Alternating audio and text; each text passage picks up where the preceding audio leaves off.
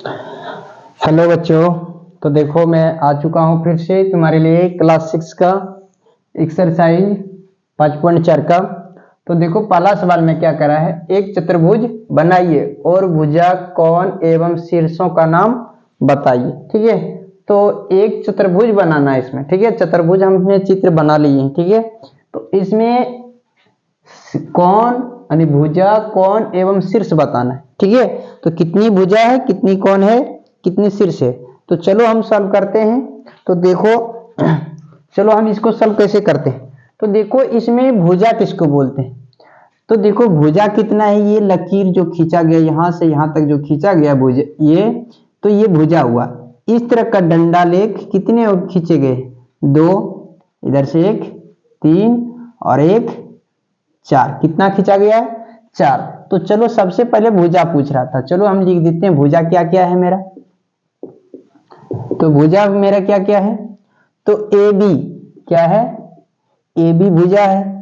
उसके बाद B C भुजा है, उसके बाद सी डी भुजा है, उसके बाद ए डी भुजा है।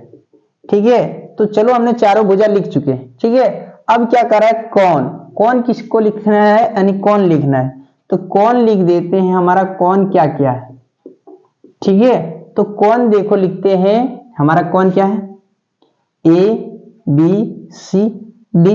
तो चलो हम लिख देते हैं कौन ए है, कौन बी, कौन सी और कौन डी है। ठीक है, तो चलो हमने लिख दिए।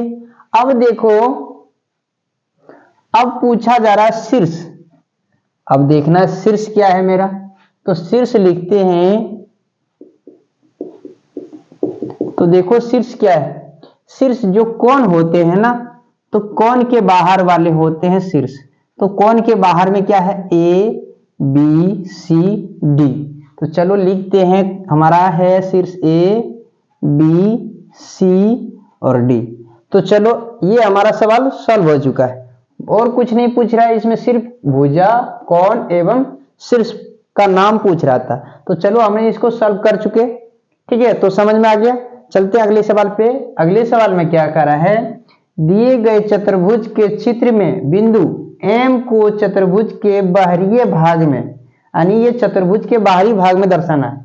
ठीक है, उसके बाद बिंदु एन को अंतः भाग में, यानी अंतः यहां विसर्ग होगा, अंतः भाग में यानी अंदर में, तथा बिंदु पी को चतुर्भुज की सीमा पर दर्शाइए। तो देखो हम दर्शाते हैं कैसे। तो एम मेरा कहाँ है, यानी एम मेरा यहाँ क्या कर रहा है, बाहरी भाग। तो बाहरी भाग में यानी यहां हम दे देते हैं, एम बाहर में हो गया। बिंदु एन को अंतरीय भाग, तो चलो अंदर में दे दिए। बिंदु पी को चतुर्भुज की सीमा रेखा पर, चलो चतुर्भुज की सीमा रेखा पर चलो पी दे दिया। तो इस प्रकार हमने दे दिए। तो चलो इसमें क्या कर रहा है, तो इसमें हमने इतना तो दर्शा दिया, यानी चित्र में दर्शा दिए, और कुछ कर रहा है। चलो परिभाषा लिखने का मन करेगा तो लिख देते हैं, नहीं करेगा तो भी चलेगा। ऐसे हमारा सिर्फ पूछ रहा है दर्शाने के लिए चतुर्भुज में। तो चलो हम लिख के दर्शा देते हैं इसमें। तो लिखना है, मान लिया क्या,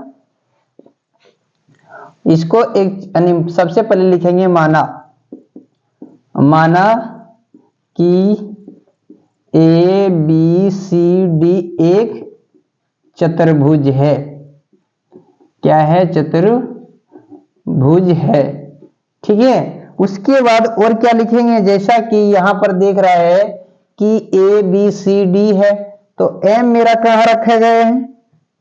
तो देखो चतुर्भुज के बाहर, यानी एम बिंदु, यहां लिखते हैं एम बिंदु चतुर्भुज, चतुर्भुज के